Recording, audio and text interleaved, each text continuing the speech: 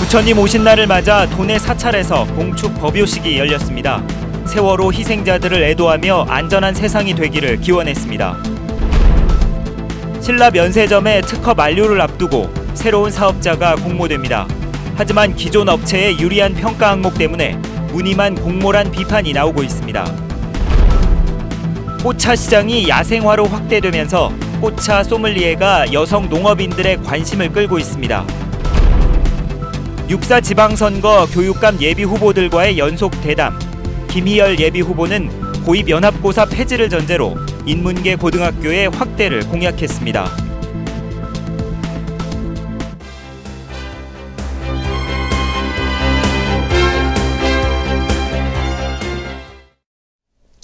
여러분 안녕하십니까? 뉴스데스크 제주입니다.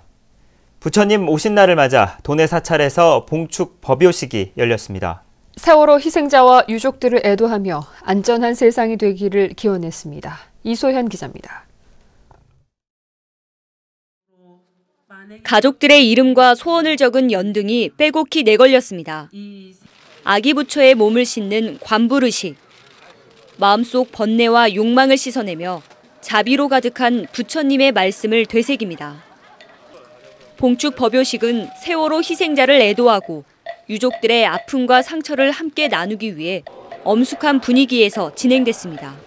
저희 마음속도 사실은 희망의 뜻으로 뭔가 바람이 작년보다 또는 예전보다 훨씬 더 크고 애틋하고 불자들은 아침 일찍 사찰을 찾아 가족의 건강과 사회의 안녕을 기원하는 연등을 달며 부처님 오신 날의 의미를 되새겼습니다.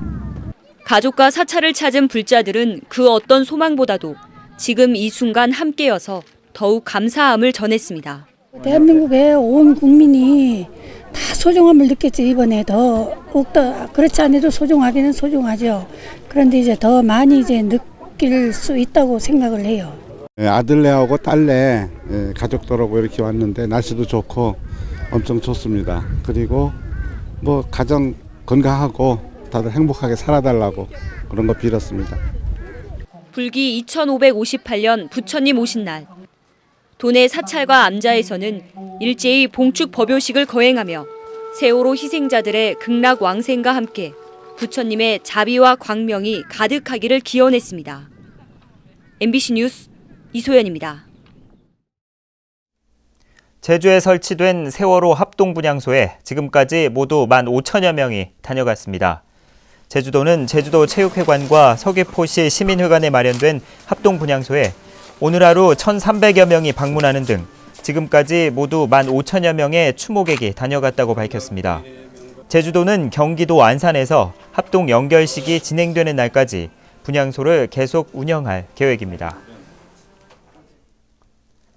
제주도 관광협회는 세월호 사고로 수학여행이 중단되고 여행 심리가 위축돼 관광사업체의 경영 악화가 우려됨에 따라 특별 관광진흥기금 100억 원을 지원합니다.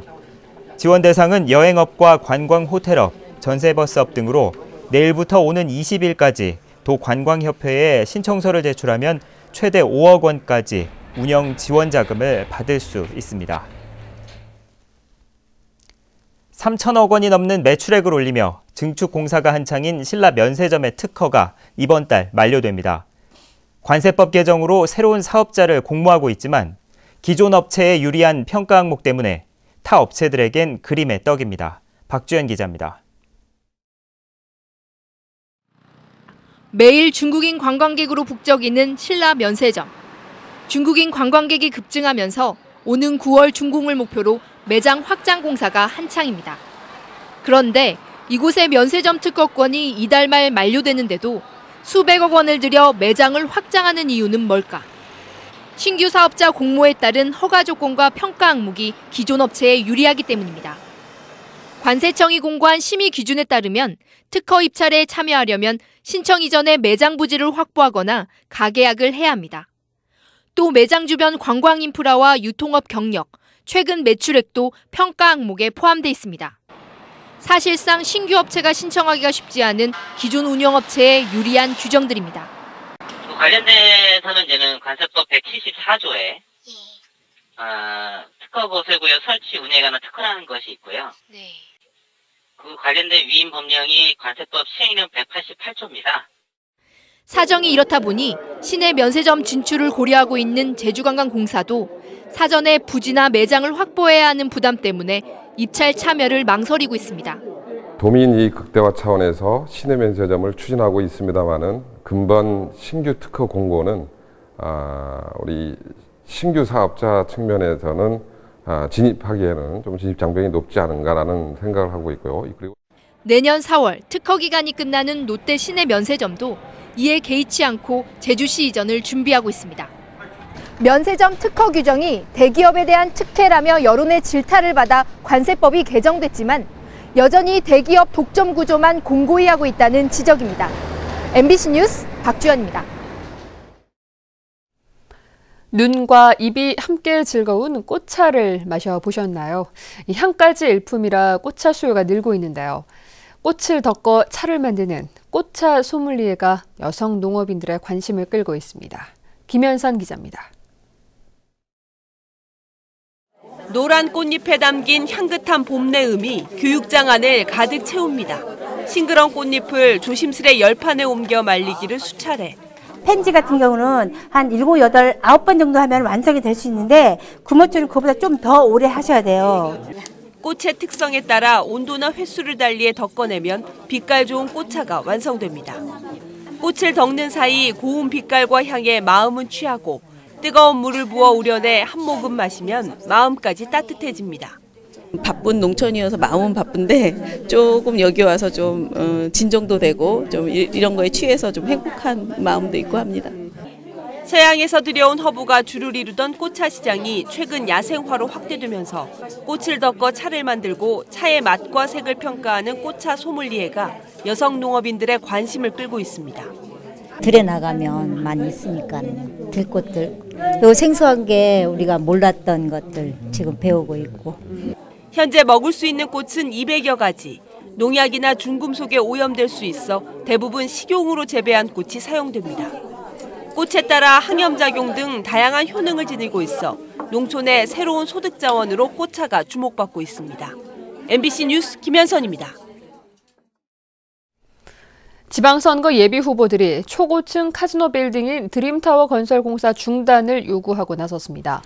제주시 연동과 노형동 지역에 출마하는 9명의 도의원 예비 후보들은 제주참여환경연대가 제안한 드림타워 조성사업 중지 공동대응 방안에 참여하겠다는 의사를 밝힘에 따라 내일 합동 기자회견을 가질 예정입니다.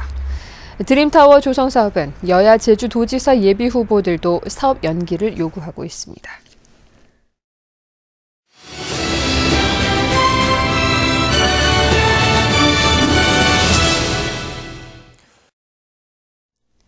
교육감 예비 후보들의 정책과 비전을 들어보는 순서입니다. 오늘은 두 번째로 김희열 후보를 권혁태 기자가 만났습니다. 교육감에 출마하신 이유에 대해서 간략하게 좀 밝혀주시겠어요? 이제 제주교육이 좀 미래를 향해서 바람직한 인재 키워지는 교육으로 바뀌었으면 하는 기대감 때문에 나왔습니다. 그걸 위해서는 아무래도 교육 경험이 있고 또 엄마로서 자녀 교육을 실제 경험한 분이 아주 섬세하고 치밀하게 좀 해볼 수 있지 않을까, 이런 기대감을 가지고 있습니다. 현재 연합고사가 있는데요. 그 연합고사 폐지를 전제로 해가지고 전국 수준만큼 인문교육 고교를 확대해야 되고, 그 다음에 서귀포 시민 운면 인문교육 고등학교 경쟁력 강화해야 된다고 봅니다. 그리고 특성화 고교도 내실 있게 취업 경쟁력을 또 키워줘야 된다고 봅니다.